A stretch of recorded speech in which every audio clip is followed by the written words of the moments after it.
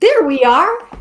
Hello, everybody, and welcome to the Sales SOS podcast here on LinkedIn Live. And today we are going to be talking about selling in difficult or uncertain economic times.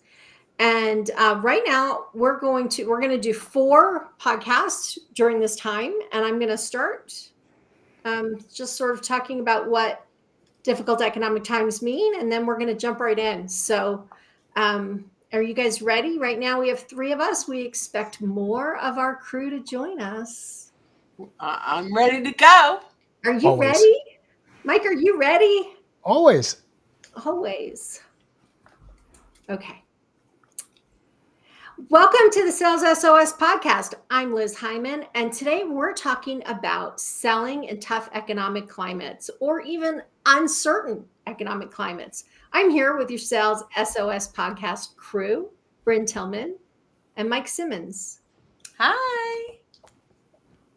And, since we just have the 3 of us, I want to take a minute and tell you a little bit about Bryn and Mike, because I don't get to do that very often because there's so many of us. But Bryn is a brilliant tactician, and she is an expert in social selling. And hang on a second, because Renee just joined us. Hey, Renee, I thought you were going to make it. Anyway, Bryn is an expert in LinkedIn social selling. So not the idea of spamming, and but actually helping people communicate and interact. And Mike is a brilliant leader who helps companies figure out their go-to-market strategy and how to execute on it and how to lead a sales team there. And I think he does a lot of work helping lead the leadership there. Thank you. Yeah. Yep. And while I'm going, Renee Bigelow is also brilliant. The 3 of them, I love my team because they're all brilliant. Renee is a marketing expert, but what makes Renee so unique is that she really understands the entire life cycle, and she also understands how sales and marketing play together to be successful. So we love her voice because she comes from a slightly different perspective than those of us who are focused more on sales. So today we're going to talk about uncertain economic times. And doesn't matter what your political perspective it is, doesn't matter what you think is good or bad. The fact of the matter is that right now, like in so many other times, like during COVID or economic downturns, when things are uncertain, when people aren't sure what's coming next, it tends to be a difficult time to sell. So it's always difficult when we're trying to sell in an environment where people aren't buying, or they're not buying as quickly, or they're not buying as easily as they normally do. And we went through this again not that long ago when we were going through COVID, and people literally said to me, Liz, my buyers don't want to hear from me right now. I don't know what to say when I call people. And I would say, if they have work to do, they want to hear from you. If they're trying to buy something, they want to hear from you. And what you need to do is be really listening, maybe more than ever, be really listening to what's going on with them.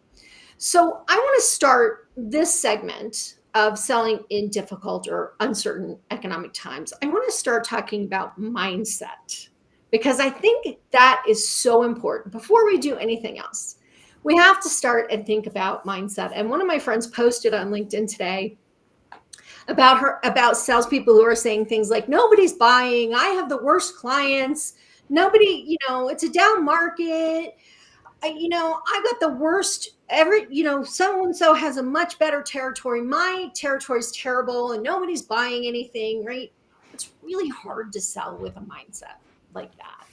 So if we are going to be successful as leaders, we've got to help our team have the kind of mindset that's going to help them be successful. So let's start by talking a little bit more about mindset, you guys. Bryn, you wanted to start. Yeah, I'm happy to start. There's the old saying, if I get this right, whether you believe you're going to be successful or not, you're right. Like whatever you focus on is what you're going to get. So if your business has slowed down, don't keep doing everything you're doing because you're still going to get whatever's going to, you have to think about, I have to make a change. What I'm doing, it's like, I'm not articulating this well, but it's really steeped in my brain, right? Like it's, if what you are doing is not getting you business today, do something else. So the mindset is to adapt, right? Evolution, the person that can adapt the fastest and the best wins, not the strongest, not the fastest, the most adaptable. And I believe that in a sales culture as well. If what you're doing isn't working, change. And that should be the mindset. Let's go figure out where there's a need for what you do. Also, understanding the value that you truly bring to that client. They may not be buying because they're scared, but your solution might help them not be scared anymore. It might help solve the problem that's scaring them in the first place. So I think it's just that mindset shift. And is it Angela Duckworth who, I can't think of what her first name is, who was talking about growth mindsets, right? So when we have a growth mindset, we're open to the possibilities. And I think that in sales, that growth mindset is so important. Mike, what were you going to say? It looked like you had a thought, probably a Well, I million think thoughts. I always have thoughts. There's a first step here, and especially when talking about something like mindset. It's let's define what mindset is, because a lot of times people will put out the things around the type of mindset to take, but it's not super useful when you're in a negative state, or you're in under the gun, or you're in, there's all of this chaos that's happening. Like you like to work people through, Liz, from chaos to clarity, helping to get that chaos out of there. So for me, it's taken me a while to get here, but my definition of mindset is attitude and belief plus clarity of definition. So ABCD, attitude, belief, clarity of definition. And my attitude and belief around sales is about problem solving at its core, connecting the dots between problems that are known and solutions that are known or unknown. It is an act of service. It is an act of leadership. From a definition perspective, it's how we fund the ability to do what we do as an organization. So when you look inside your organization and say, what is our mindset around sales or generating revenue or growing the business?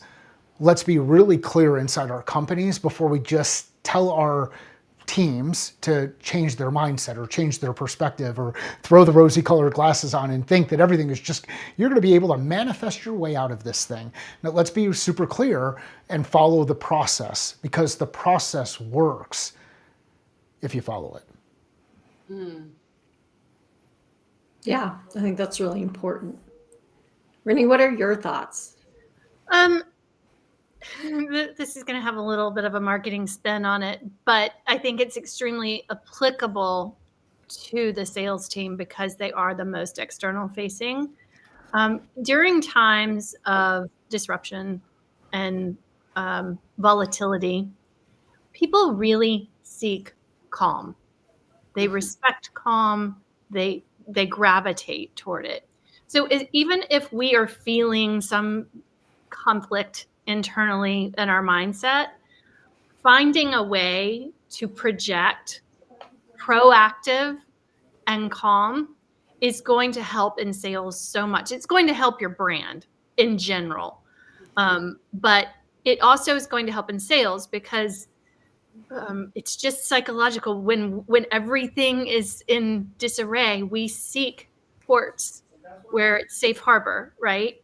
So I'll just give sometimes it's very easy to say these things and they feel a little woo. So I'll give a concrete example. I have a client who is very in their industry is very much part of the supply chain. And whether or not tariffs increase, whether or not economic activity slows down a little. One thing we know for sure right now is that international shipping has been disrupted through the volatility, right? So we know there will be supply chain disruptions. And I was listening to them and hearing in our meeting some of the things that they were doing, taking really large inventory positions, things like that. Some of the things that they were doing to help their customers internally, like what they could do to help the customer, but it wasn't being communicated.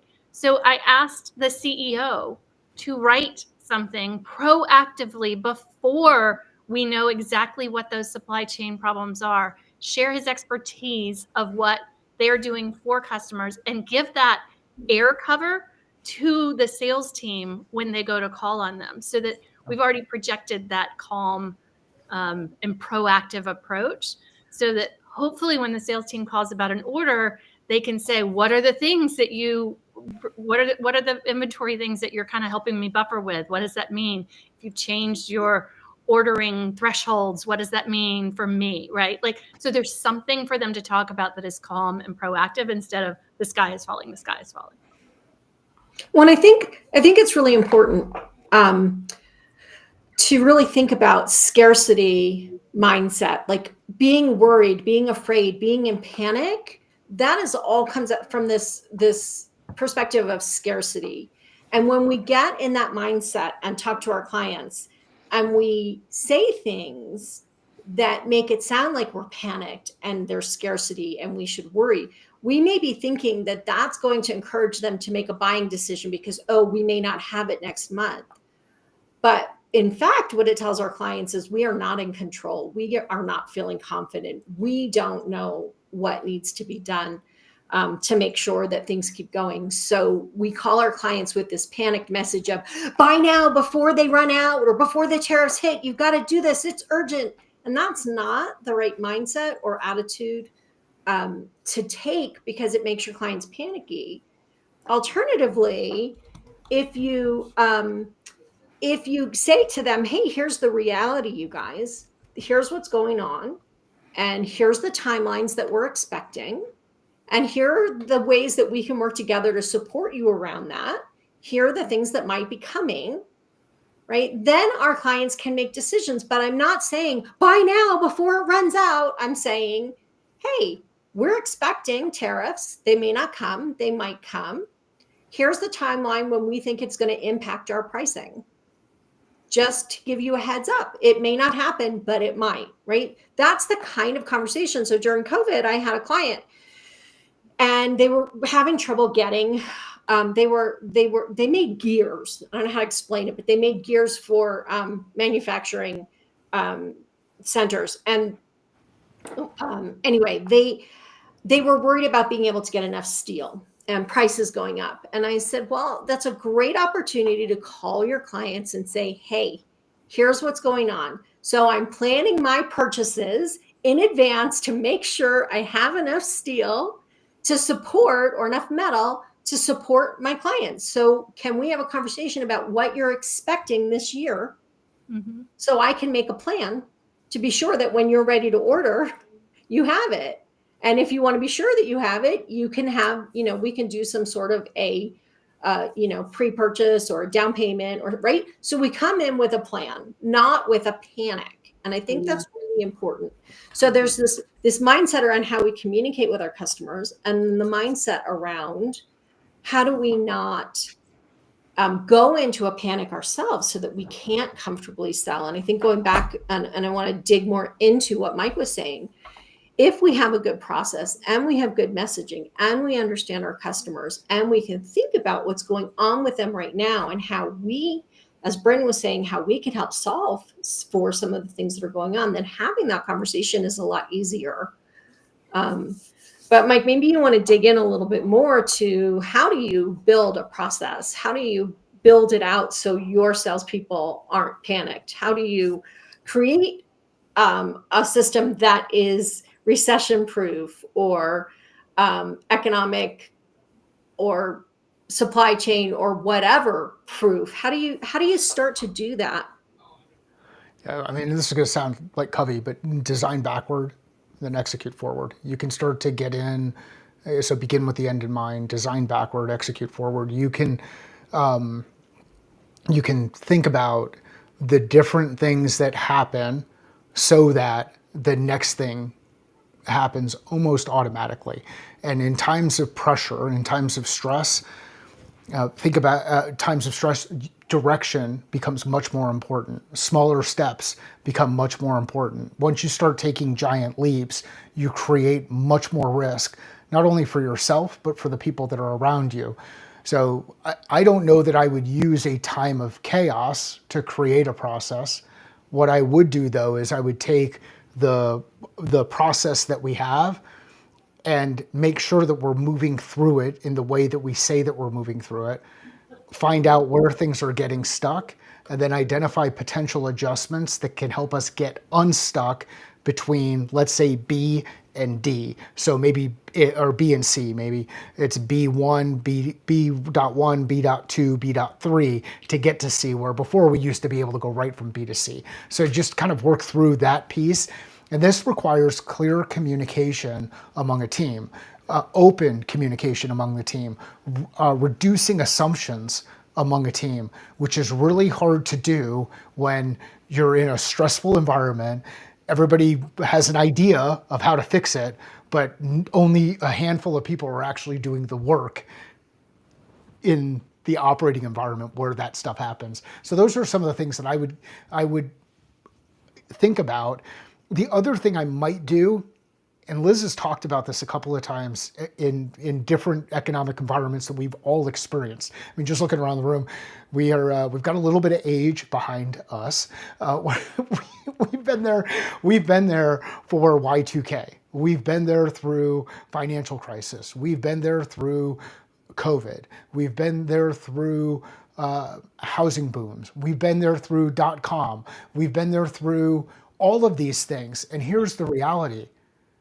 Every one of it, we made it through them. So this too shall pass. You'll make it through. Get back to basics. Design for next logical steps and start taking them. That's the kind of stuff that I work to do as we're working in this kind of operating environment with the people that that I'm fortunate enough to work with. Yeah.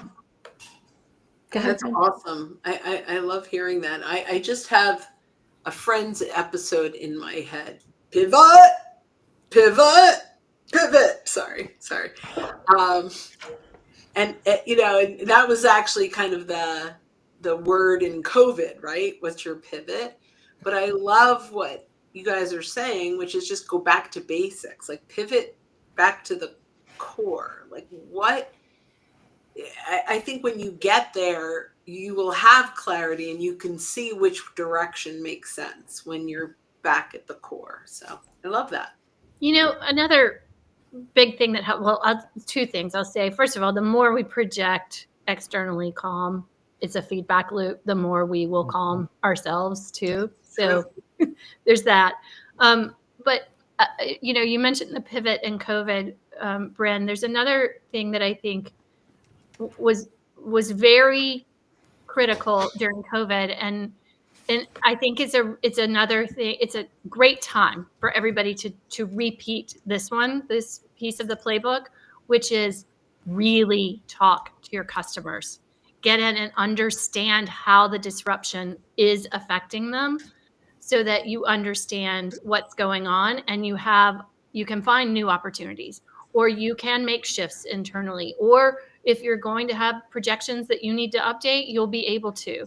So like coming up with engineering ways that you can get customers to sit down and share with you how the disruption is impacting them. Also doing the analysis on the market that you can, whatever information is out in the market, making sure that you are keeping up with all of the, and when I say the market, in your customers' industries, right? Making sure that you're keeping up with all of that so that you can look for those opportunities, hopefully project any changes that impact you and find ways to improve upon it throughout the year rather than be reactive. So, for those of you who aren't with us live on LinkedIn or watching video, you may not know that Daryl Prell just jumped in and joined us. And so, Daryl, we've just been talking about mindset. We've been talking about when you're in uncertain or difficult economic times, how do you maintain the right kind of mindset? What kind of mindset do you need?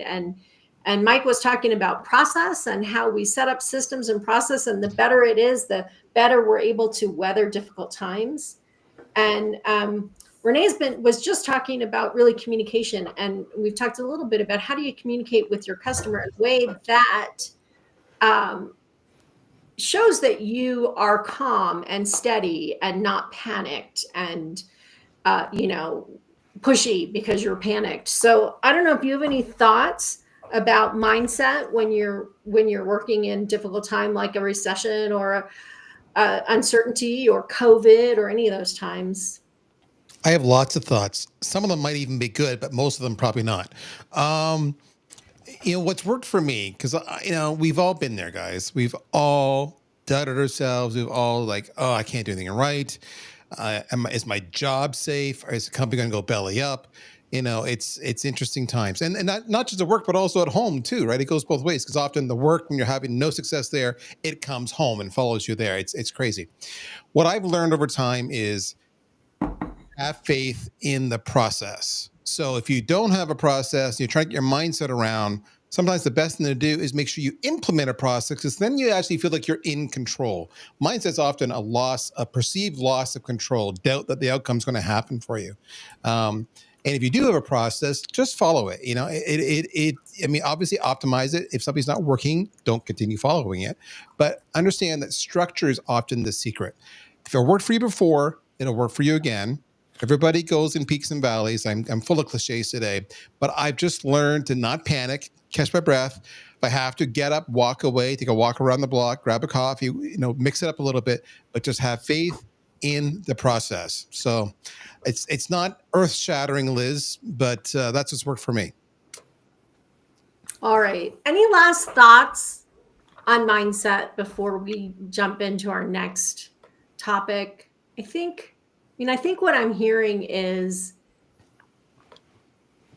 that if we try and stay positive and try and stay calm, try to stick with the process or improve the process so it works better and then stick with it, we can have the sense of calm that we need to have so that we can create the energy around what we need to do.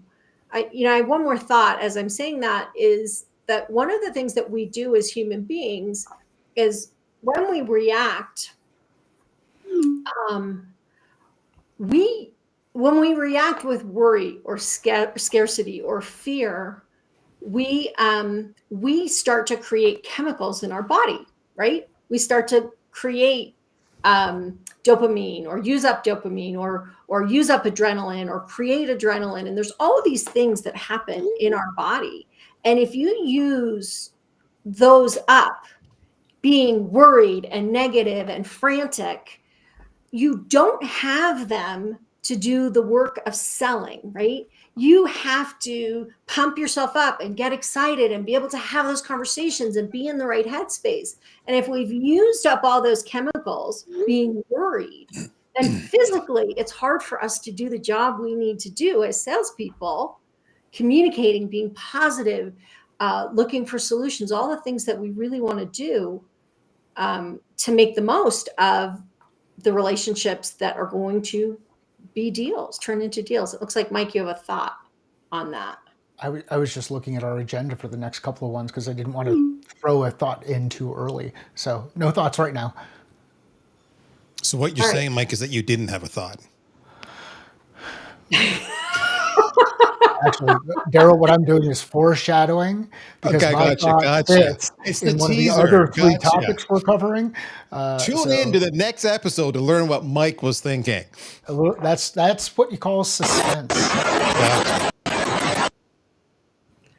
Whoops, Renee's trying to get in, but she's being noisy. All right,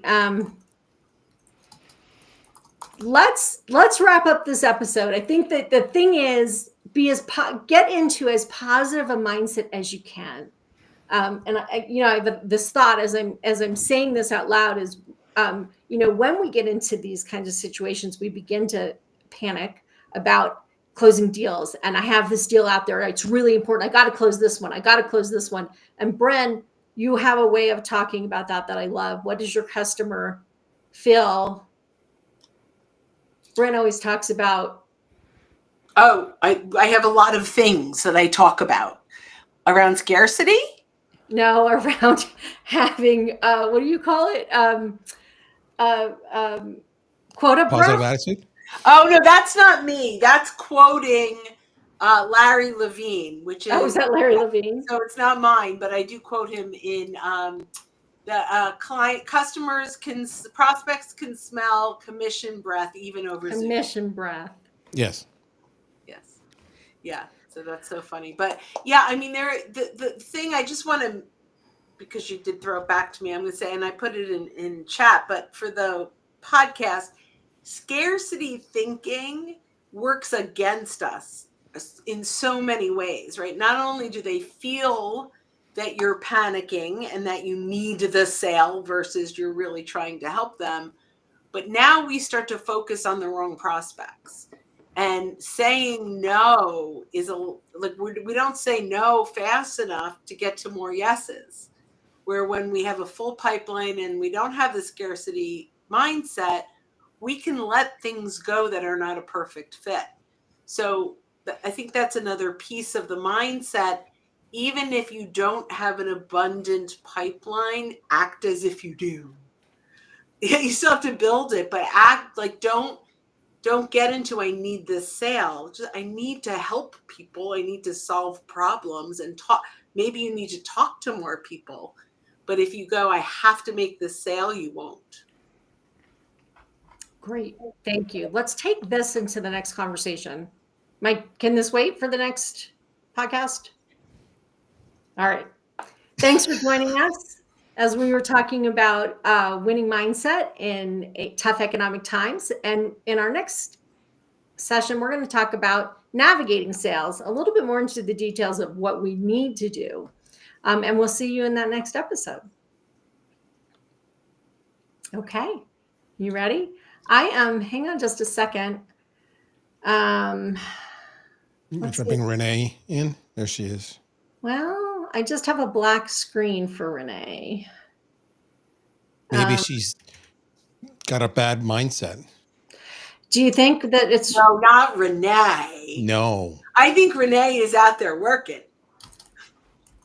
All right. Wait, maybe she's here. Maybe she's here. Oh, but we have Chris Bowen. Woohoo. Hello, Chris. Howdy, howdy. Howdy, howdy. We lost Renee, but she will join us when her signal gets clear. When her internet is not behaving inappropriately. It is not behaving. It is definitely not behaving. Okay, so our next topic is going to be, and I don't know, Bryn, you're usually watching to see if anybody is sharing thoughts with us. Yeah, I mean, we're mostly sharing thoughts.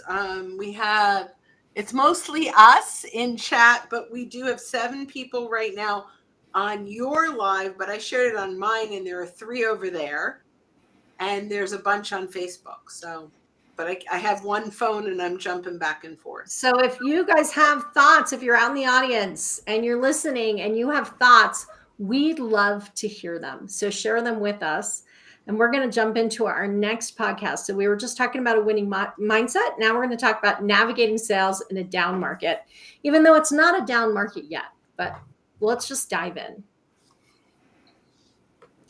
Hi, I'm Liz Hyman, and I am here with the Sales SOS podcast crew to talk about selling in a down market or uncertain times. And we're going to be talking in this episode about how do you navigate sales? Like, what do you need to do differently? What are the things you need to be thinking about? What are the strategies you need to be putting in place? We're going to talk in depth about what do you do? What do you do when the market isn't favorable to you? And let me introduce the crew. Today we have Bryn Tillman, Mike Simmons, and Daryl Prell has joined us, and Chris Bowen, and Renee Bigelow. And we were in our last episode, we were talking about mindset, but really there's a whole lot more that needs to happen than mindset. And I think I want to just say a couple things before I let you guys jump in. And the first is that we have to remember that in a down economy or in uncertain times or when things are changing, some companies naturally, for whatever reason, will do better in those economic conditions than in others. Like a perfect example of that was Zoom. Zoom video was great until we hit COVID, and then there was not enough, right? I'm not sure what that is. Is that Hang on a second. Is that Renee? Okay. I don't know what that noise was. Sorry, guys. So sometimes a down economy or uncertain times will help our particular business. But in general, when times are tough, it's really important for sales organization and sales teams to be really thoughtful and to be really structured and to plan out ways to address the situation. So I'm going to throw it out to the crew here. Navigating uncertainty, navigating economic downturns. What do we need to know or do differently?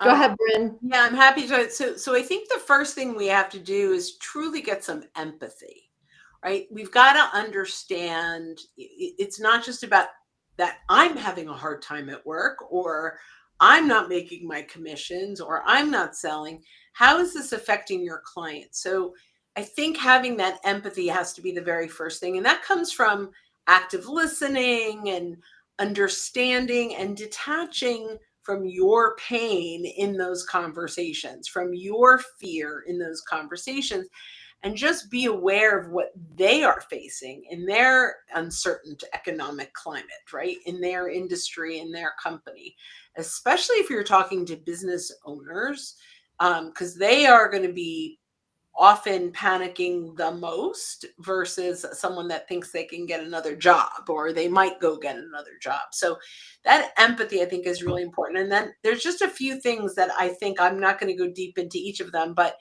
from a social selling perspective, value driven content has never been more important, where we are providing value that can help them, not telling them how we can help them, but actually helps them at least move a little forward in their current situation. I think it's an opportunity for building stronger networking relationships and referral partner relationships and leveraging our existing network to get in front of other folks. I also think that, collaboration, which I guess is kind of like something like this, where we're all on this, and we have the podcast, and this will go out, and my conversation will get in front of Chris's audience, and Mike's will get in front of Daryl's, right? And so we're cross-pollinating our expertise. And I think this is something salespeople need to do. And this is the last thing, and then I'll pass it over. Because salespeople say, well, who do I work with? Like for us, it seems obvious. I tell my clients, go to your clients and ask them, who are their other trusted advisors? Who else are that your clients working with that is not a competitor, but if your client is buying from you and them, they are a great referral partner, a great collaboration partner. So start asking your clients, who else do they love, and meet them, because that to me is one of the best ways to grow those trusted advisor partners that now you can go to market together. You can expand your network with one another. And so in an uncertain market, when you strengthen those relationships, it just helps you to expand your reach.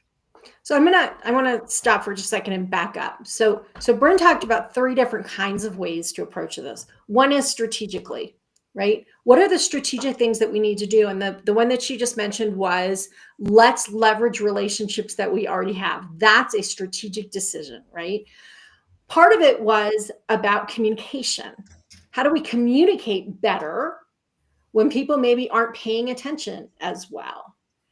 And I think that also ties into skills. Like, what skills do we need now that we maybe didn't need as much of when people were buying more. So I always say that in really good economic times, people often buy in spite of the sellers that they're working with. And when times are less certain or not as good, we don't buy in spite of. We just walk away from that decision because we don't feel safe. And when we have more room to take risky decisions, the salesperson is less important. When we have less room to make risky decisions, your salespeople are critical, because I'm not going to make a decision if I'm not sure. I'm just not going to do it. Not when I don't have room for risk.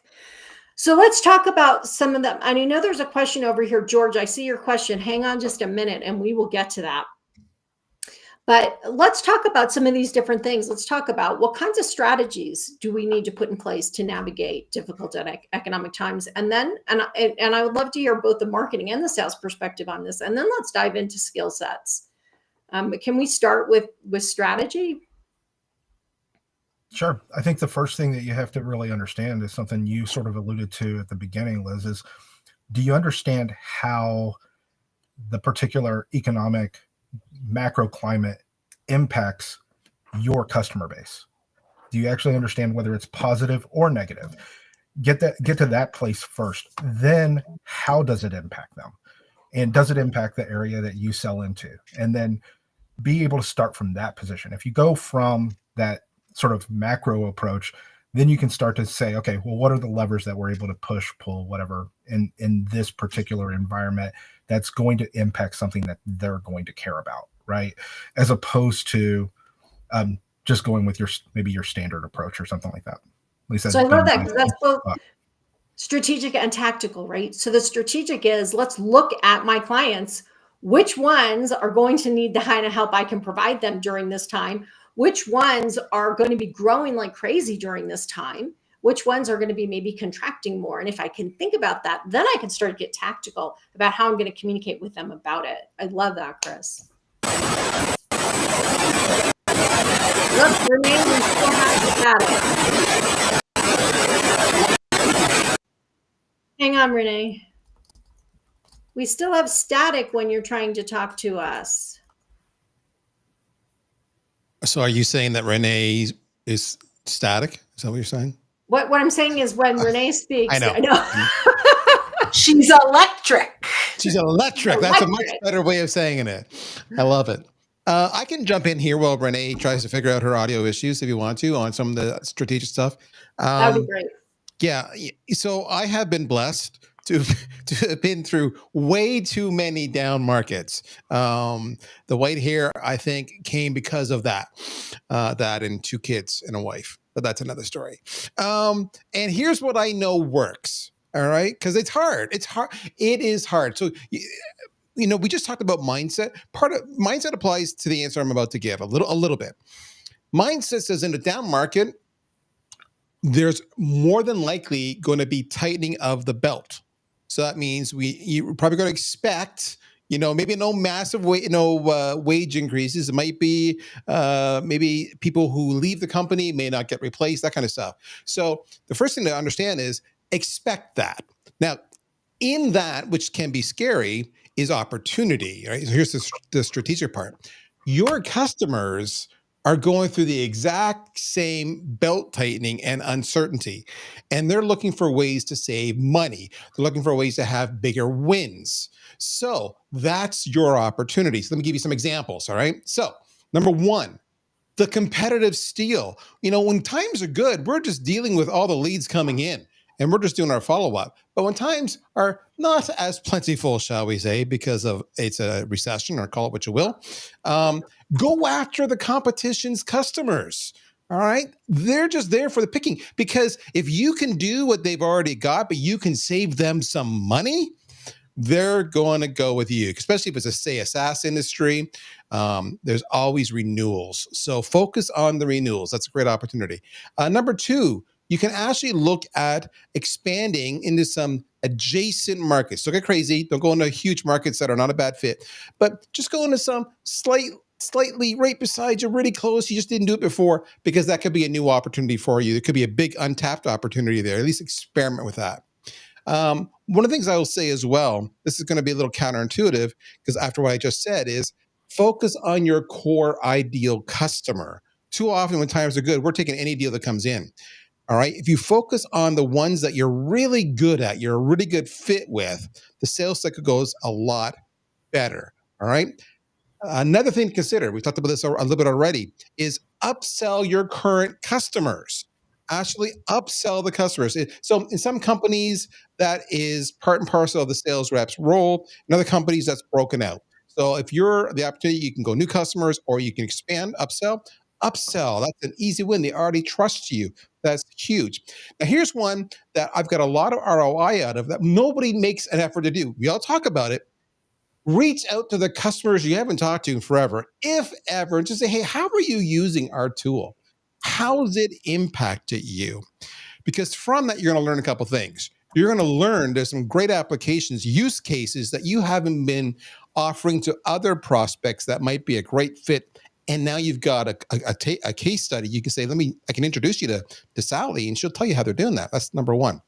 Number two, if they're loving on you, you can use that to upsell because now you're talking to them. Number three, you can use their success story for your content to make great case studies or, what I learned today and actually do the dark social thing, get more people coming back to you. And number four, this is the best part of all, you can ask for a referral. So I'll stop there. I don't want to monopolize, but these are some of the ways that I've done, which is almost a little bit back to basics, but it's intentional. So I throw that out there. Do with it what you will. So really quickly on strategic accounts or large accounts particularly, two things that I see all the time is one, that companies leave millions of dollars on the table with their existing accounts because they don't want to be salesy. So they're not out there trying to solve those customers' problems because they're already in there. They don't want to upset anybody or ruffle any feathers or come off, as salespeople. But if we're not solving our customers' problems, somebody else will. And in this kind of environment, you don't want to leave the door open for your customers. So it's a really important time to be well positioned with your best customers so they understand the value. You're solving the problems as they come up, and you have you're ready to jump in, and it helps you and it helps them. So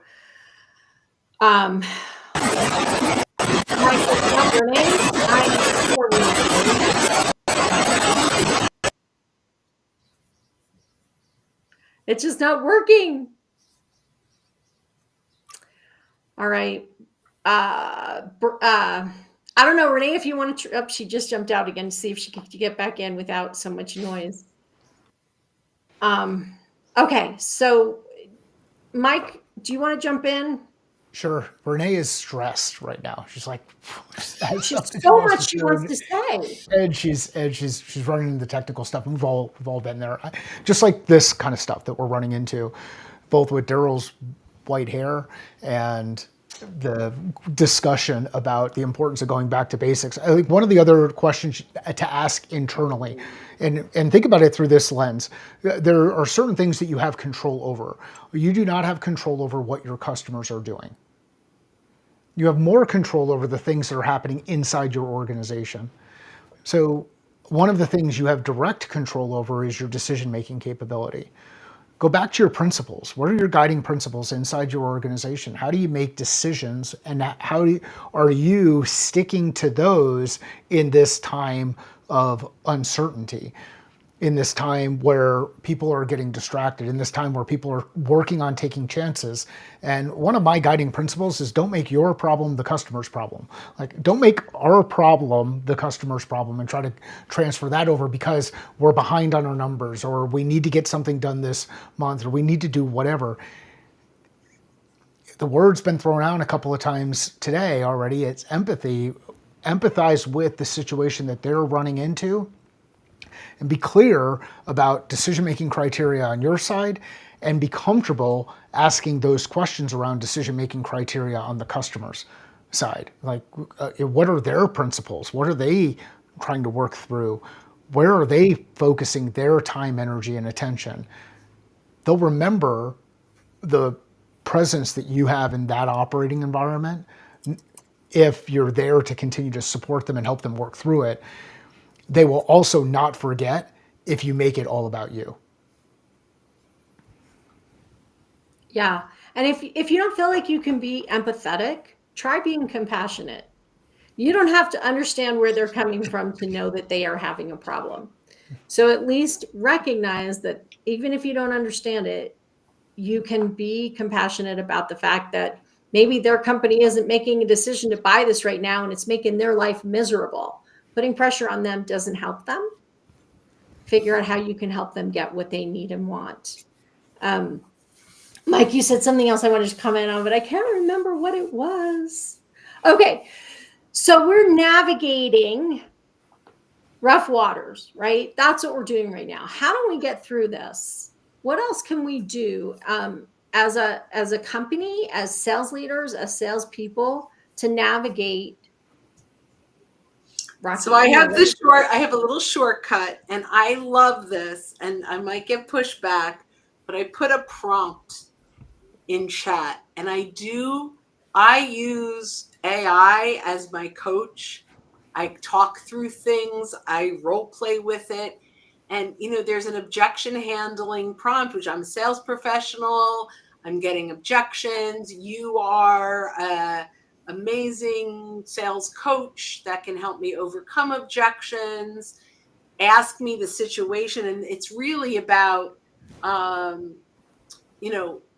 I want AI to interview me on what are the objections I'm facing, what am I feeling, what am I thinking, what am I hearing out there.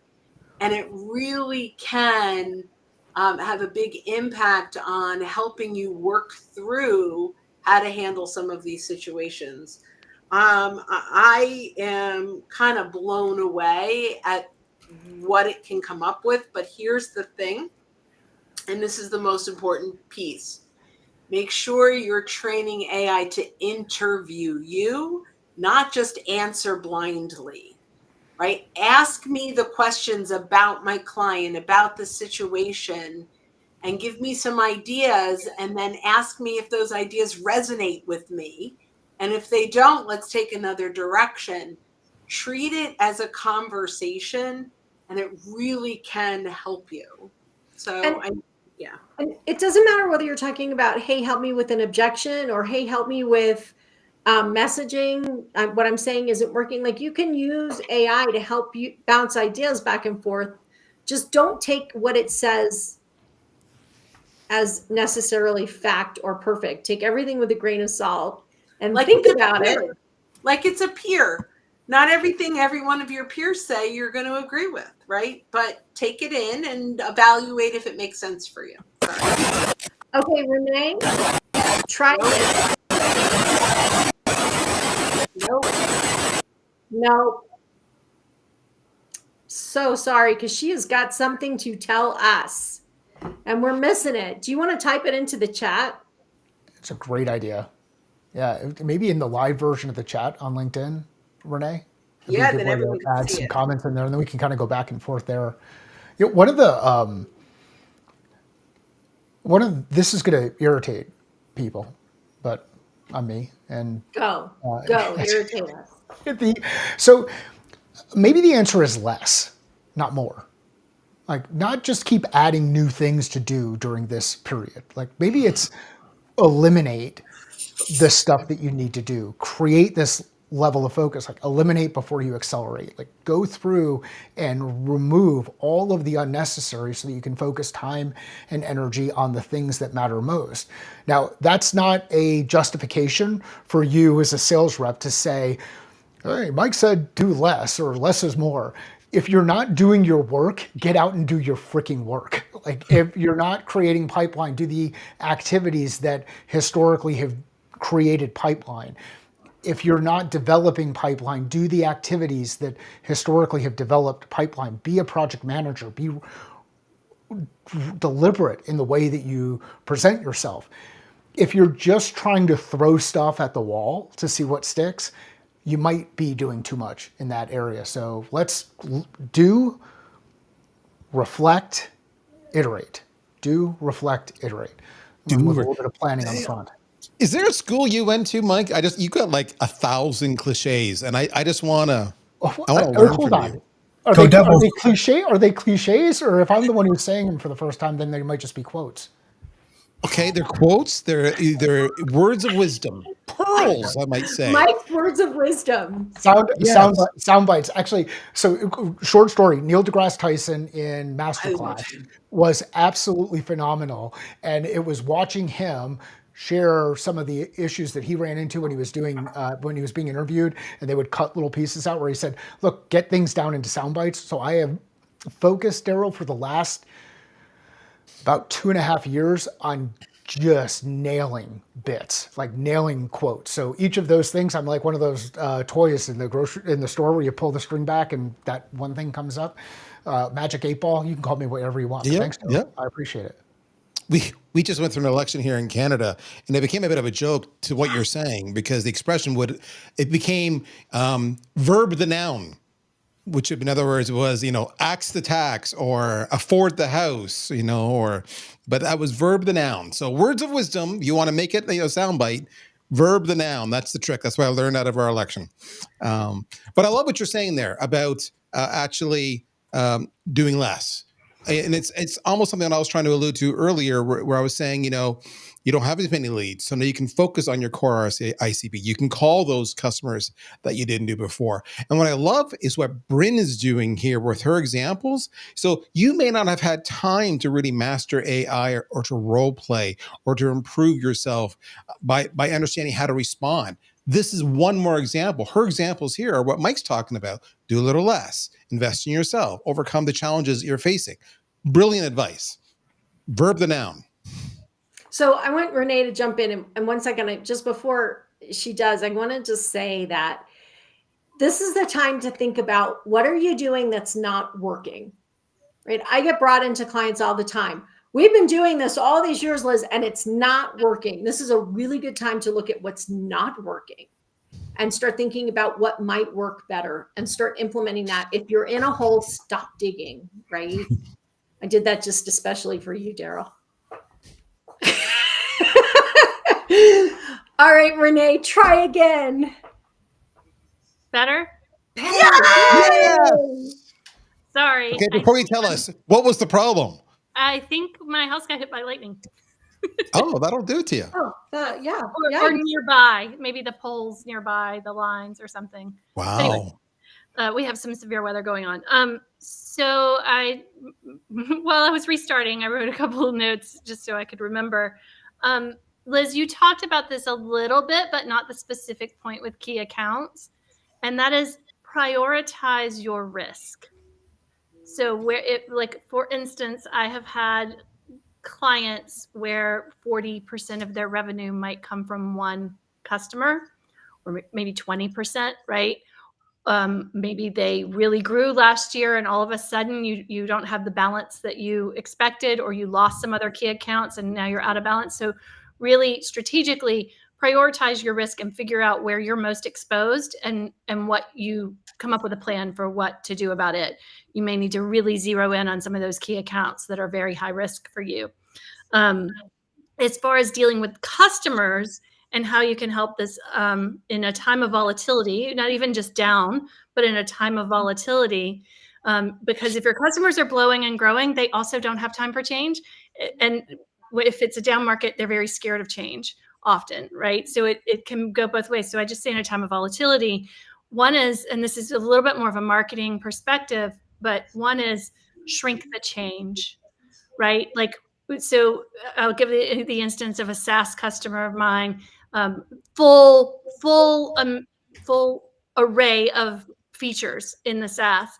Pick the ones that are going to be the most relevant to right now, or the easiest for them to implement, instead of thinking that they have to go through all the change. Because if they're in a huge amount of volatility, they are not going to manage that change all the way through their organization right now. They're fatigued, they're stressed, they don't know exactly what. That is not the time. Mike, you mentioned earlier, I don't know if I would introduce new process in the midst of chaos, right? Like, would that be the best time? Sometimes you have to, but it's not always what the default is. So shrink the change and lower the risk however you can, right? Whatever ways that still fit your business model that you can lower risk, find ways to lower the risk. And then this is a combination of strategic and tactical on this one, but you need to obsessively track the industry, your companies, your accounts, and the people inside them. In times of volatility, there are often lots of triggers that can move people into sales, or that you need to be very aware of that could move people out of being a customer. So, for instance, a lot of people will track the industry, track the companies. Are they closing offices? Are they opening offices? Are they adding products? Are they shutting down products? You need to know what the company itself is doing. But take it another level down. You need to know if your champion is leaving the company or has left the company. And you need to know that immediately. You need to know if that champion's boss has just been hired. In times of volatility, people move around. There might be layoffs. There might be promotions. There might be fear that they need to jump to another place, or simply openings in other places where they're getting recruited. Again, volatility, not just down market. So track the people in addition to the company, on top of the industry, which is what most people do. And I think this leads to another really important thing when we're thinking about being strategic. We can talk about account-based or multi-threading. So often we allow or enable our salespeople to talk to one person, maintain a relationship with one person, and in volatile times, people are moving, right? So if you only have one relationship and you're counting on that person to make the deal happen with your customer, you could be in big trouble really fast, Yeah, maybe faster than other times. that's part of that. When you analyze your risk, right? If you have a major account, a key account, and you have one person you've been talking to, it's a great time to make part of your plan to talk to 4. Or if you know that they are under some sort of budget constraints. But I had a client 2 years ago in the midst of, still kind of coming out of COVID, and all of a sudden, a PE firm just knocked down to their entire company and just said, I don't care what you do, where it comes from, you have to cut $10 million by the end of the week, right? So they called my client and said, we love your product, but we got to cut it, right? So make sure you have multiple relationships, make sure you understand the risk, make sure you're coming up with as much of a plan as you can. Yeah. Okay, I'm going to close this episode and jump into our next one, and sort of talk about what's going on right now and what things and how might that be impacting our clients and what might we want to do. So thanks for joining us for this episode. And we will dive into the next episode in just a moment. Okay, you guys ready? The next one, we're going to talk more specifically about what would tariffs mean for your clients? What would regulation or deregulation mean for your clients? What other kinds of things might be happening right now that might impact our clients? So that's what I want to talk about, you guys, and we'll jump into the next episode. Are you sure you want a Canadian in this conversation? I'm trying to avoid the politics. So, what you guys may or may not know about me, you guys know, is that I'm a political economist by training. And so I'm trying to focus on economics and impact rather than on politics. Right and wrong. So let's see if we can take it there. And I know it's tough, but we are going to try and do it. I can do it. That's hard. All right. Are you guys ready? Mm-hmm. Welcome to the Sales SOS podcast. In this episode, or in the series of episodes, we're really talking about selling in uncertain or difficult times. Sometimes they're volatile, whatever the word is that you want to use. Sales can become more difficult or more challenging in these times. So we're talking about things like mindset.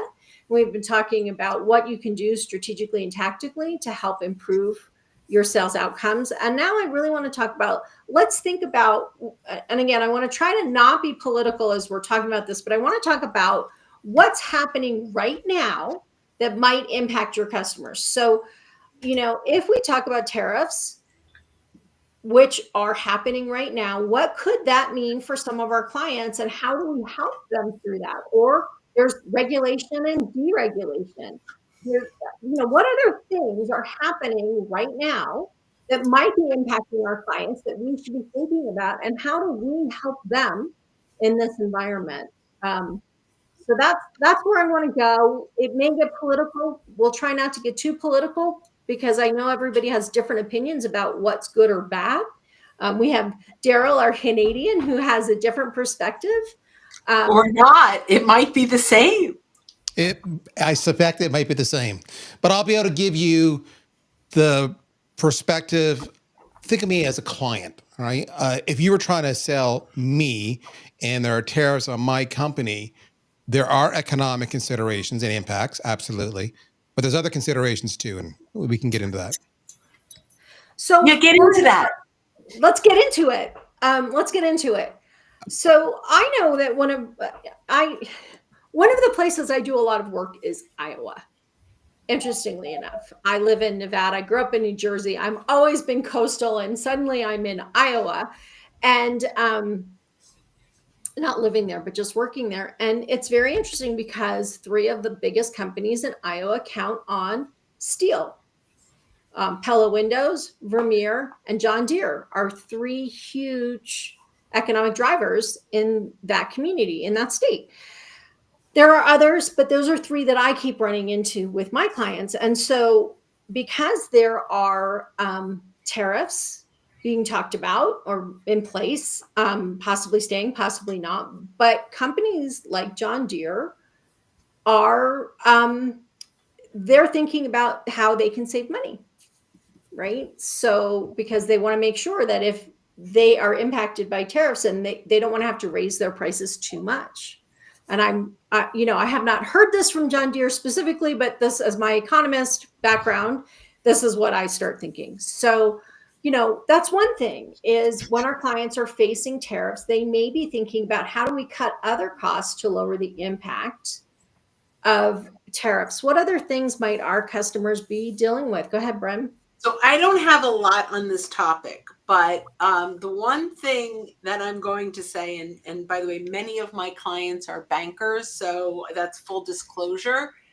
I think companies need to partner with bankers that have solutions for funding alternatives, for leasing opportunities, for financing, for get really close with some bankers that can help your clients get what they need, maybe at the same monthly cost, so that although the bigger picture, the expense may be higher in the long run, we can work with them so that they're not feeling the pain in the monthly cost. So I am not, most of what I do is, what I do is not tariffed, right? Like, and most of my clients are service based. But the one thing that I would highly recommend is this is the opportunity to build relationships with people that can help your customers buy your stuff easier. And so this is that creativity piece, right? How do we get creative in the environment that we're in to help our clients buy from us in maybe a different way than they normally would? Mike has been, if you are with us without video, you cannot see that Mike has been writing on his whiteboard. So Mike, show us what we got. What's that? I'm just putting up kind of cool words that some people have said, like Daryl with the verb, the noun, and then Bryn with the de-risk and know your alternatives, and then also Renee relative to the data piece. I'm fortunate enough to work with a couple of companies who are deep in this mess, either because some of the things that go into the products that they create are globally sourced, or some of them are manufactured overseas and then brought into the States. And when there's a high level of uncertainty, like we've been talking about, clarity of communication is critical. If you get yourself into a situation where someone feels like you're not communicating clearly or not sharing updates in real time, they will start to put together their story on their own. and they'll start reacting to different things that they might see inside the media, or they might hear on some of the posting that's out on LinkedIn, or they might do wherever they're getting the data. So as a leader in your business, as a leader relative to the work that you do with your customers, be really clear. And if you have questions about it, ask the people inside your organization. So much is changing right now from a time frame perspective, and guesses around what the next move is and what the next move is after the next move. And I've seen percentages range anywhere from 3 to 25%, which is different than some of the other ones. And on smaller parts, it's specifically coming from certain areas, you get into the 145% type things. But there's some really interesting things that are happening in the market. And what Bryn highlighted is super important. You may not have the cash to invest now to de-risk yourself and deploy that capital to hold on to things and secure pricing for a period of time. Even if you do have the cash, your provider may not have the resources to be able to provide that in the same amount of time to keep pricing consistent. If you don't have the cash and your provider has the resources, there are ways to get capital to come in and bring it together. And to Bryn's point, the ways to go through and talk with people about how to address, spread out your risk over a period of time. And you might be more comfortable taking a couple of points risk on borrowing money than taking significant point risk on uncertainty. Those are all judgment calls. And here's the sad part about it. It's sad and positive. You have to make a freaking decision.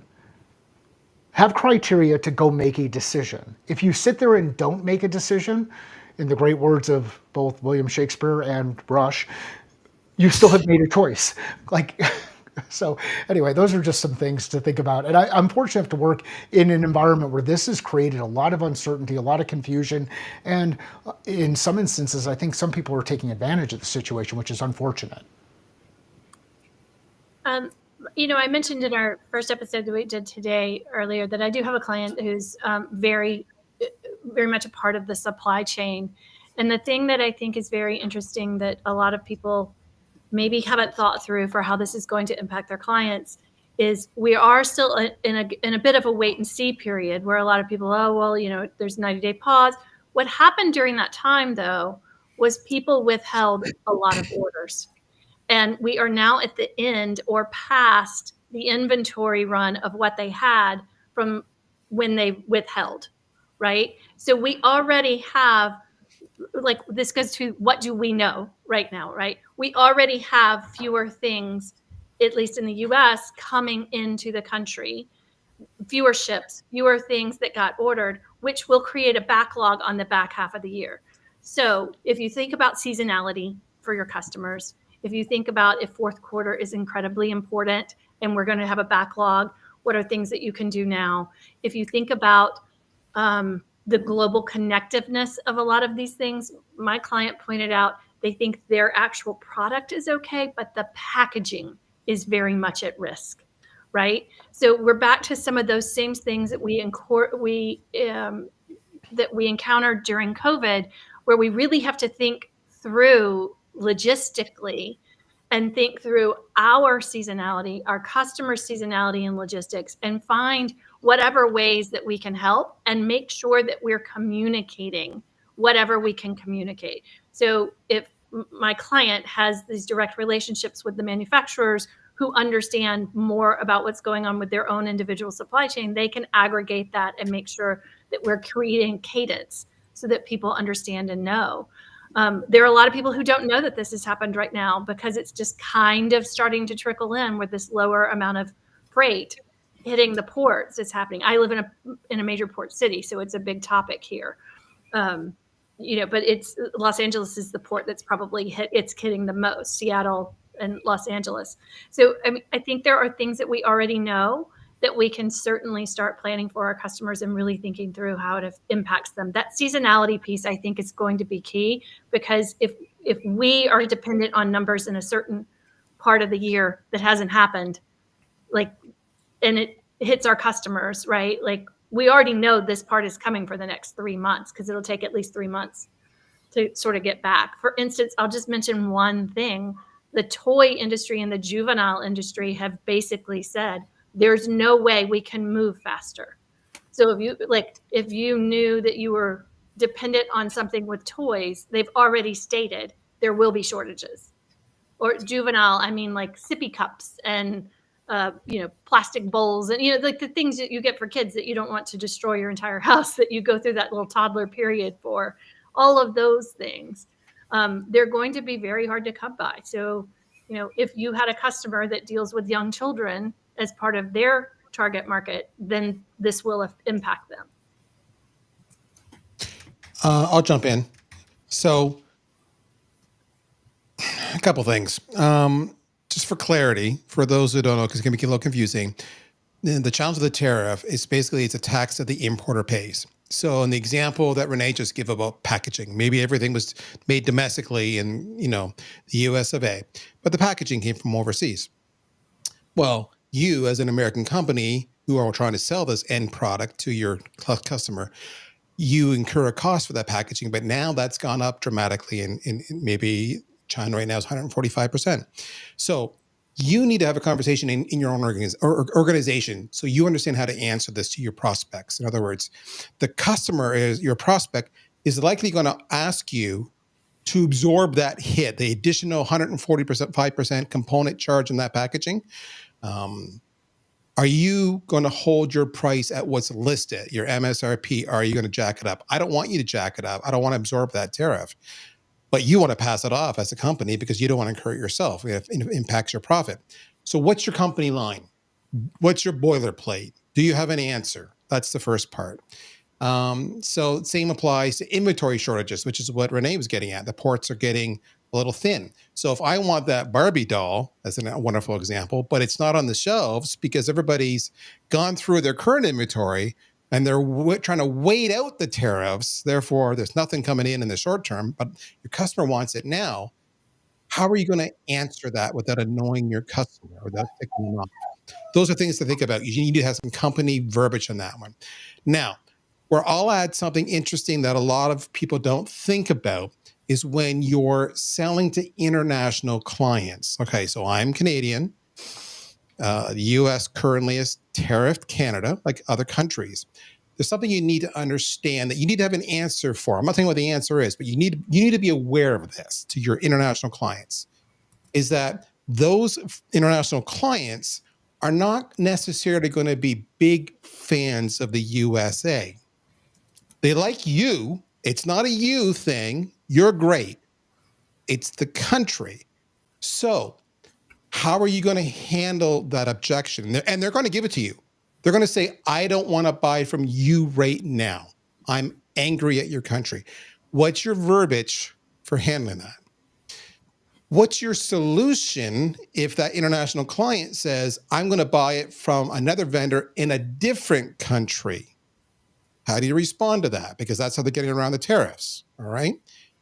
Next, this is a big one that no one thinks about.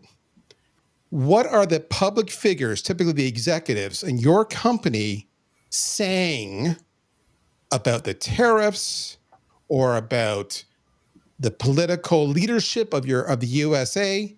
If they're on record as saying something that an international client who's being tariffed doesn't agree with, what are you going to do? Personally, I would immediately, as the head of marketing, go to all my executives and public figures and say, don't say anything. Avoid the topic. Don't go public. Avoid it like there's no tomorrow.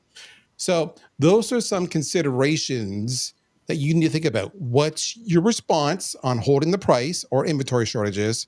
And how do you manage the indirect brand hit you're going to get because you happen to be based in the US and that's the country doing the tariffing? How did I do, Liz? Was that okay? Very well done. Very well done. I think it's really interesting because, and those of you who hear me talk more often than not will know I'm always talking about the C's of selling, right? So in the last hour and a half, we've gone through being curious, what's going on with your clients? What are they saying? What are they thinking? What are they doing, right? We've gone through compassion or what Brent called empathy, right? trying to understand, be sitting in their shoes, trying to, right? We've talked about communication. Don't fall behind on your communication. Stay ahead of it. Keep your customers informed. Be very clear. Clarity is one of my other C's. Be very clear about what you're doing. Be thoughtful about what you're saying, right? All of these things become important, and creativity now more than ever is hugely important. It's time to stop and look at your messaging and figure out, how are you going to be creative about how you're talking to your customers? I don't mean creative telling stories or lying. I mean creative in how are we going to focus on solving in ways that maybe we haven't had to in the past, and how are we going to talk about it? This is good stuff. Anybody else have something we want to add? And Bryn, you were going to jump off. Do you have anything before you jump? All I can say is I love being the dumbest person in this room, and I learned so much. I am blown away every single time. I just love you guys. It's a brilliance. And I wish you all a fabulous Mother's Day. If you're listening to this in replay, I hope you had a wonderful Mother's Day. And thanks, guys. Talk to you soon. Super. Thanks, Bryn. One strategy you can think about, just as an aside, we used to do this all the time for tax reasons or for currency reasons, but it applies here too. If you're selling something to an international client, if you're selling something to a domestic client and you're American, but they have an international office, you can actually, if it's possible, you can sell your item not on American paper, but on the paper of the country of your other office, and that will avoid all the tariffs. So just a way to get around it. Oh, that's interesting. I hadn't thought about that. All right. Any other last thoughts on this topic? And I really just wanted to talk about this to get us thinking. Like, what are our customers going through? What are we going through? How are we going to talk about it?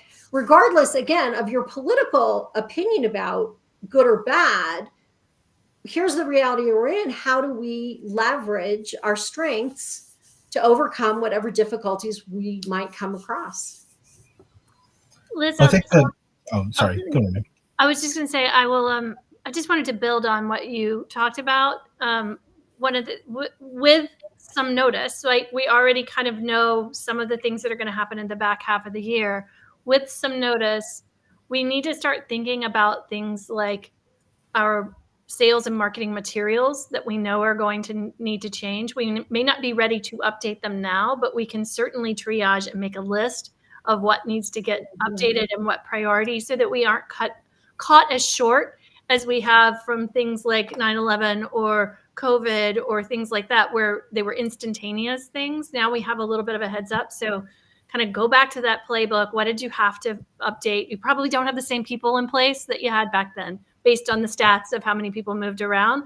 Go back, get together, figure out what you did, what might need to get in shape, whatever change comes. It's a good exercise to do every so often anyway. And it's a high likelihood that we will have some change. So at least get things in order and know what you need to update when you know what to update. Go for it, Chris. Yeah. So what I was going to say is you really need to understand, I think, two things. One is how your customer is impacted, if they're impacted, right?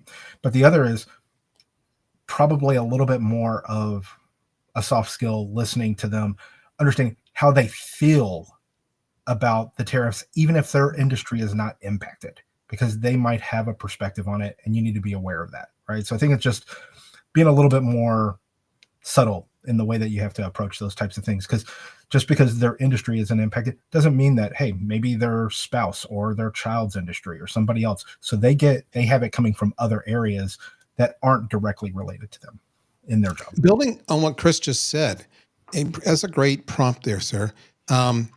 If you, as a sales professional or a marketing professional, are big advocates of the tariffs and what's going on, I would resist the urge to share that or to say, "Isn't this great?" Even if you believe it is. So, to Chris's point, exactly, because you don't know what they're going through and how they have been impacted themselves. So, excellent point. And so we've been talking, hang on one second, Mike. We've been talking about tariffs and we've been talking about regulation. We haven't talked about layoffs, and we haven't talked about budget cuts. And those things for some of my clients are huge because they have government contracts, or like here in Nevada, where the university and the Desert Research Center and places like that are so important to our economy and the people who have jobs. These things matter. So being aware of those at the same time as we're talking, how is our client going to be impacted? Do they have government contracts, or do they sell to people who have government contracts? And what will that mean for them? Or again, this listening, was your spouse laid off? Was your friend laid off? Were your kids laid off from government jobs? So just kind of keeping these things, there's a lot going on, and it's hard to juggle all of it. So just really being listening, asking, curious, listening. Try not to do so much telling if you can help it, and do a lot more listening. And acknowledging, right? My ask, if I can see why that would be upsetting. You don't have to agree. You just have to acknowledge, right? And I know, Mike, you got something to say. So I'm going to repeat some of what you just said. You get more information, you learn more through the questions you ask than the information you give. And if you sit there and you ask questions and listen and then ask the next follow-up question, you'll get a sense for things from the perspective of others. And what you might actually happen, or you might actually find, is that there's already a conversation going on inside that organization that you're working with around how they're handling it with either their own stuff or with other vendors that they're working with or partners that they're working with. And now we share information, we learn together and keep the business, keep the things moving forward. I had one more thought. It's just an angle we hadn't thought about yet and talked about. Your customers, if they're American, may be very pro-America, God bless them, and they may be very pro-tariffs. What does that mean to you? Use the example again that Renee used. And if I'm Renee and I say, or my item's going to cost a little bit more because we have to offset the cost because our packaging came from overseas. Your very pro-America, pro-tariff prospect may say, well, what are you doing to put that packaging in the US of A to support our country? That's a very possible objection that you'll get. yeah. So again, goes back to, being thoughtful, having a soundtrack, anticipating the objections you're going to get, and being aligned within your organization. And it's not going to be easy because it will probably go off the rails and you're going to end up having political conversations. Keep it focused. Yep, absolutely. Well, thanks, you guys. I really want to thank the crew. This was a tough conversation, and I hope that it's been helpful to all of you who are listening to really think about this. And this isn't just today. This isn't just what's happening now. These things happen over and over. We talked about that in the beginning. So this is a talk about what's happening now, but it's also a talk about every time the world changes, how are we changing with it? And as salespeople and business owners, we've got to be flexible. We've got to be able to pivot, and we've got to be able to communicate. So thanks, you guys, for having this conversation. We're going to, in our next episode, we're going to have some fun. So join us in our next episode, and we're going to dig into the fun side of all of this. So we'll see you in our next episode. Okay, so just prompting you guys so you know, and for those of you who are listening, this is where we're going to talk about how do we support our salespeople? How do we get some fun in the world when they're having a hard time? So we're going to dig into that. You ready? You ready for the fun stuff? I've been having fun. I love that. Okay, let's jump into our next episode. Hi, I'm Liz Hyman. Welcome to the Sales SOS podcast. In this series of episodes, we've been talking about selling in difficult times or volatile times or downturns in the economy, whatever you want to say, however you want to refer to it. We've been talking about how do you do that. And in our last episode, we really dug into some of the things that are happening right now.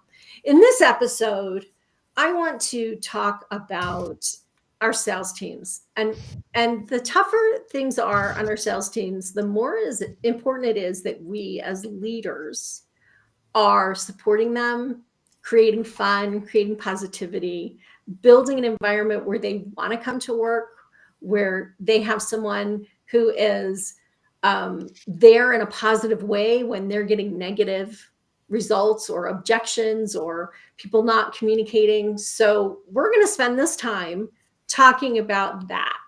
Let's have some fun. Let's create some fun and positivity in the world of our salespeople. And before we start, I of course want to introduce the crew: Mike Simmons, Daryl Prowl, Chris Bowen, and Renee Bigelow. And you guys jump in. Like, what can we do? We're, as company owners, as sales leaders, how do we make this more fun, more positive? Fire the person nobody likes. I'm absolutely in the wrong room.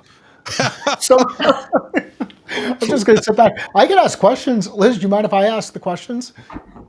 Have at it. Perfect.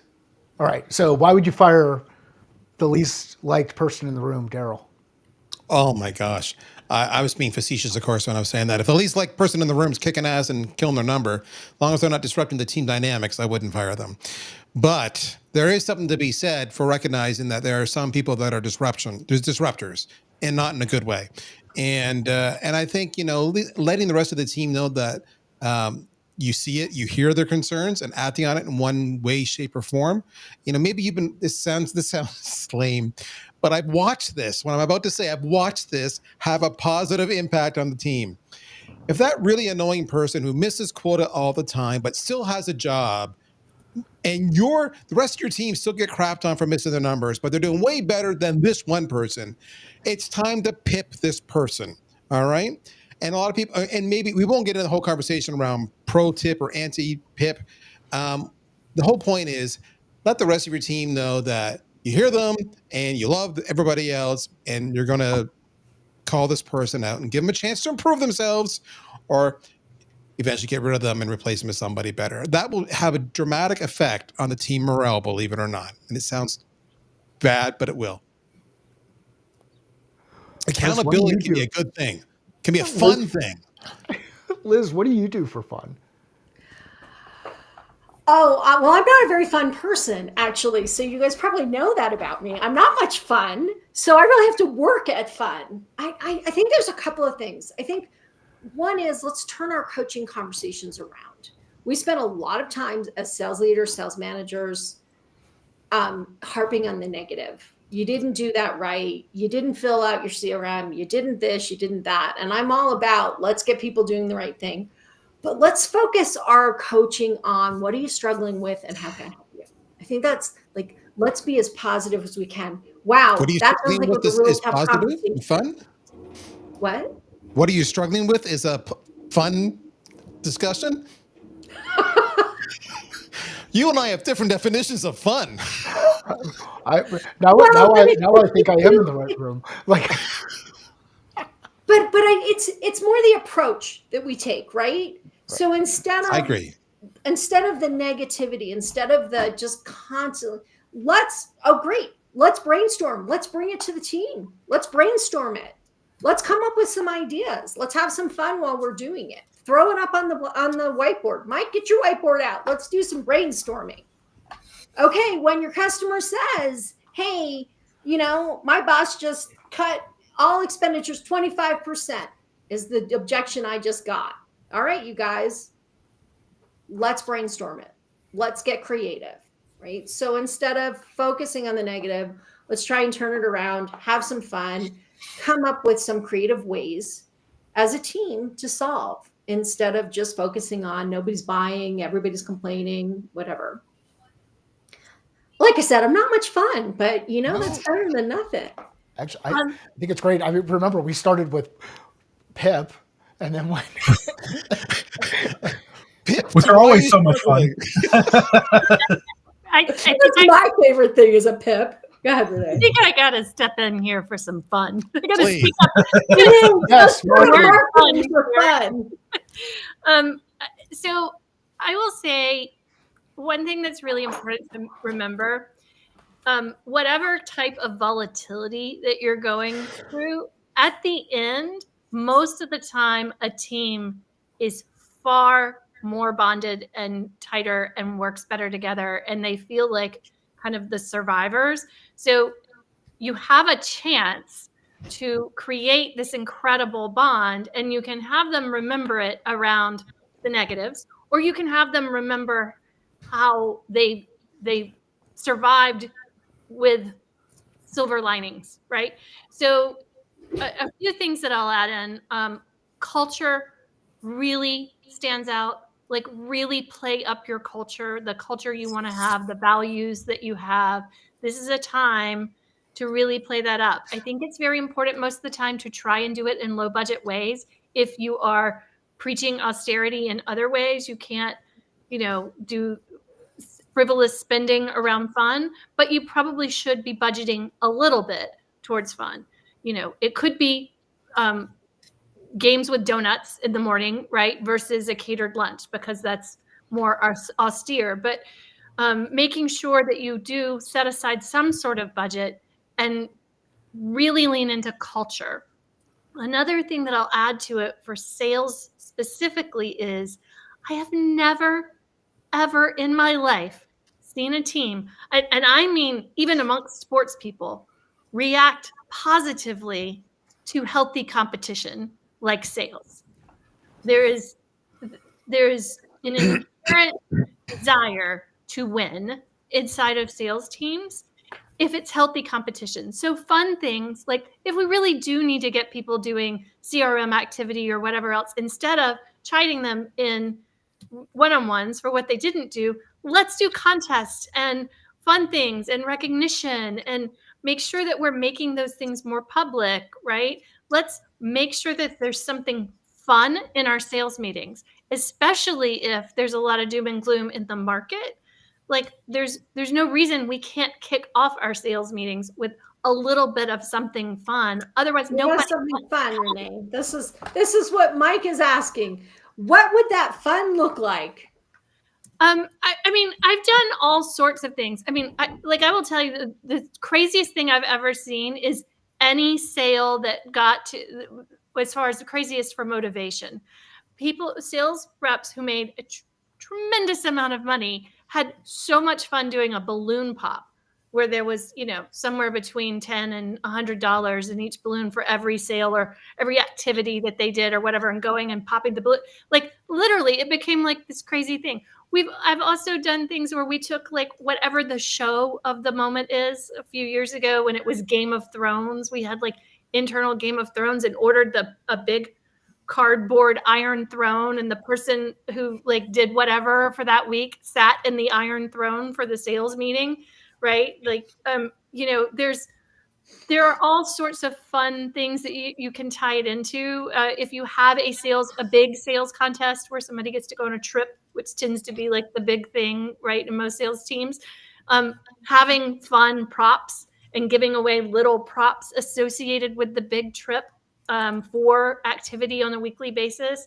Those are some small fun things. I've even seen where we turn sales training, like, especially if we're having to pivot and change things, change pricing, change products, do whatever during a time of volatility, turning training into a game of Jeopardy, right? Like, we can make some of these things a lot more fun if we lean into culture.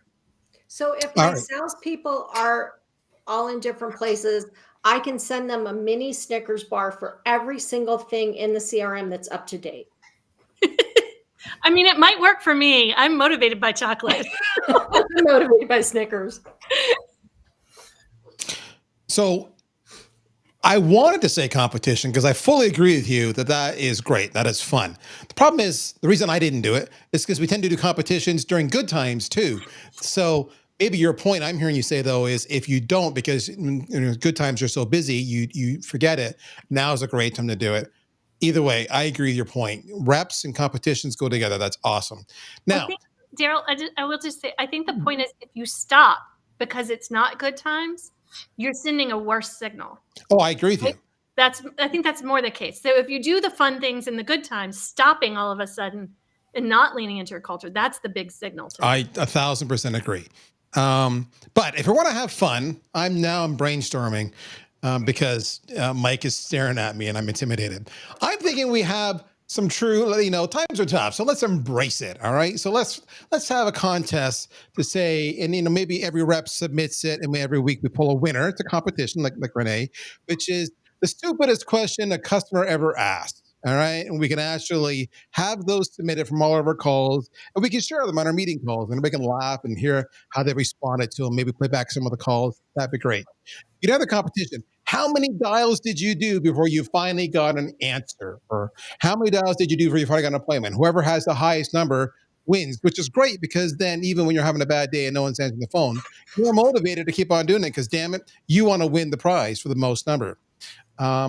Those kind of fun tactics to kind of make light of the challenges we all face are dynamite. Whoever has the most number of emails exchanged in a deal when it closes, do that on a monthly or quarterly basis. I don't know. Have some fun with it. And because these are all things that challenge us, especially in this market where there's a lot of indecision and we do have to do a little bit of extra work to close those deals. I love that. I will Chris, how just do you share have with you. fun? Go ahead, Renee. I was just going to share, like, when you talk about the healthy competitions, like one of the craziest times in sales that I've been in, the sales team was having an aside conversation in a sales meeting over and over and over, like who made the best chicken salad.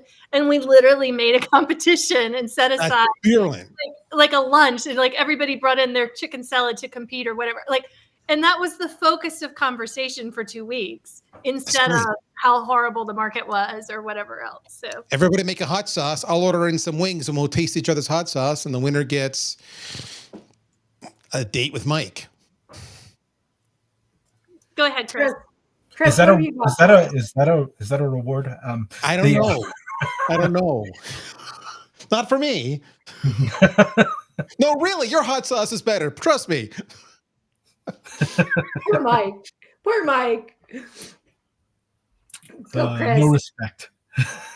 Well, I will just say in the example of the chicken salad, it was just being able to be called the winner. There was no official prize. It's just bragging rights. Yeah.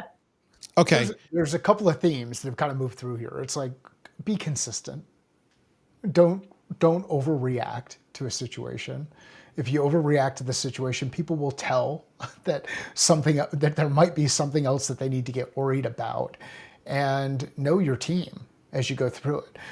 For me, I don't like attention. So I'm not one of the people who would want to sit in the Game of Thrones throne. I probably would throw some stuff before I ended up getting in there. So if you know your team though, and you know the way that they behave, and you know the way that they act, then you can start to see things change a bit. I guess fun is, everybody has their own definition of fun. There's hockey playoffs going on right now. I mean, you could have a mini pool just to keep that going. It sounds stupid, but those kind of things keep people interested in trash talking. I think that was the other thing that came up that was really cool to hear people talk about. It's like, look, we all know what's happening. Like we know sales are down. We know the numbers are down. We know that there's risk. We know that clients aren't responding. We know that all of these things are out there. Let's not continue to put everybody's face in it all the time. Like just stick their nose in it and say, hey, this is the thing. What are you doing now? What are you doing better? Like give people a little bit of space.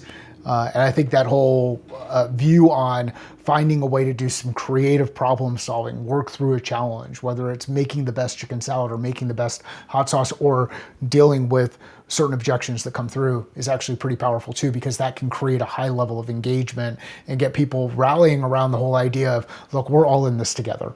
And the way that we're going to get through whatever it is that we're working through is together, not separate, not with people pulling in different directions. Does anybody else notice that Mike hasn't told us how to make things fun? I told you I was in the wrong room. I don't make anything fun. I turn into robot mode and look, here's the deal. It's chaotic. This is the stuff that needs to happen next. Go out there and do it. If you do it and it isn't working, then let's figure out why it isn't working. We have to change it. Like I'm I'm not built for fun. But I will tell you, I mean, I'm not either, but I will tell you that I was with a client a couple of weeks ago and we did a strategy session with one of the salespeople. And he literally said, as we were walking out, this was really fun. We think about a strategy session or a brainstorming session as work, but sometimes it can be fun and it can be a release and we can have fun while we're doing it and say silly things and whatever, but it's a different way to engage. And I really have to go to Chris because he's been trying to talk and we've been talking over him. No, It's okay. He made fun of my out and about in private chat, so just keep talking over him. It's all good. Oot and a boot. Yeah. No, I think you just have to be able to understand what's going on with your team, how they're going to react. Like you said, if it has to be austere, cut out the things that are going to be viewed by the rest of the company as extremely negative, right? Like, especially if you're having to do layoffs or anything along those lines. But you have to find ways of engaging your team where they're at. I found, like I said, sometimes team lunches can do wonders to pull your teams together and things like that. It doesn't have to be super extravagant. It's showing that, hey, you're thinking about them and you're doing what you can, right? And not take they're still going to have their pressure on a day-to-day basis, as we all do. So you have to understand that I'm trying to make it as the best environment that I can, given where we're at, not where we wish we were. And if we can't do a team lunch together, like if we're not all physically in the same place, Yep. You can send donuts or you can send lunch. Yep. And have it arrive, unless you're international, it might be harder, but DoorDash will deliver almost anywhere.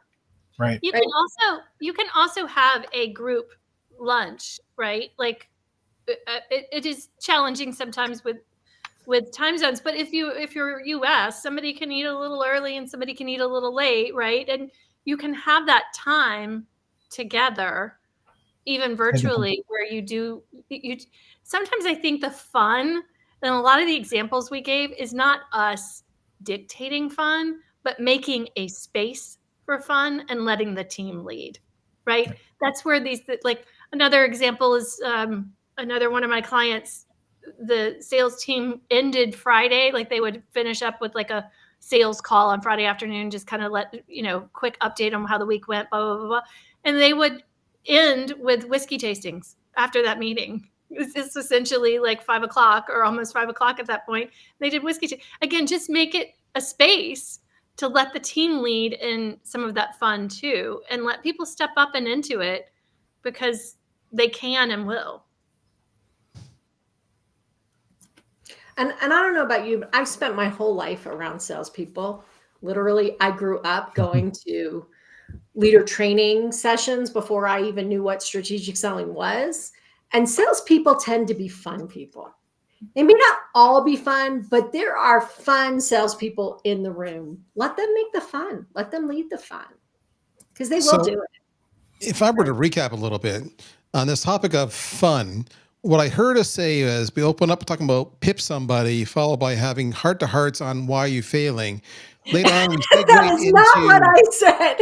You need to be robotic and no fun for you. And then we ended it by saying you need to drink a lot, whiskey preferred. That's what I heard out of this episode. Lots of eating. You were not in the same conversation I was, Cheryl. Lots of eating. You can add the drinking. Yes. And eating, yes. Yeah. Yeah. Lots of bragging rights, right? Yep. Like all Trash of those, talk. all of those are completely fair game. Yep. All I got to say, just remember- based on that outcome, Mike, great job. You nailed the way you took control and got an output. Well done. People remember the good things the good things that happen when you come out of the bad things, more so than they remember the specific bad thing that was going on. So there's something that you can do with that whole experience, at least as I think about, as I reflect on different challenges, whether they've been challenges inside the business or they've been challenges inside certain operating environments or they've been losses on deals. Like you remember the things and the learning that happened there rather than really the negative pain. And maybe I don't know much about this on the psychology side, but I know that brains tend to shut off in the middle of a major accident. Like maybe there's something that's happening there that you can kind of think about in your team. Is like, let's not continue to drive into the trauma of the negative stuff that's going on. Let's create an opportunity, that space to work through and go through this thing together. So, Liz, thanks for letting me ask some of the questions and do that for this segment. Back to you. You're welcome. I'm going to schedule a team fun creating session at some point. We've I'm got robots and one-on-ones. We're going to have a little workshop amongst ourselves on fun. We'll come back to you guys. There are groups of people where. Now hold on. I worked with when Mike and I started the business. Mike was more focused on inside sales, and that was his thing. He really liked the transactional stuff of what was happening, and I was on the other side. I'd go into the office, and there'd be racetracks with cars moving along a racetrack with leaders moving in and out of the group, and I was like, "What in the is this stuff?" Like thermometers going through and all of that kind of stuff. So next time we have a discussion around fun, I'm going to ask Mike to be the special guest here, and you can deal with another mic and not this mic. I'm going to set up my green screen next time and have you idealize and let you choose. Are you going to be Zen floating over the city, a superhero floating over the city? Like, do the green screen software and put you into a state that will make you have fun. Hey, Chris, what are your last thoughts on this? Well, I always think that this stuff's fun anyway, right? So even when it's not, like you have to be able to find the enjoyable pieces, and most of the time, not all the time, but most of the time, I found that comes with the conversations that you're having with your peers and with the people that you work with, and be willing to take the little pieces of joy that are going to be there, because it may not be a great time, right? But it can always be a little less bad. There you go. All right, you guys, thanks for having fun with me. And we'll see you next episode. And we'll be here on LinkedIn Live. For those of you who want to join us, we're here the second Friday of every month. Happy Mother's Day to your wives and your mothers and your sisters and your aunties, and to you, Renee. And you, Liz. Thanks. Okay, you guys, I'll talk to you soon. Bye. Happy selling, everybody.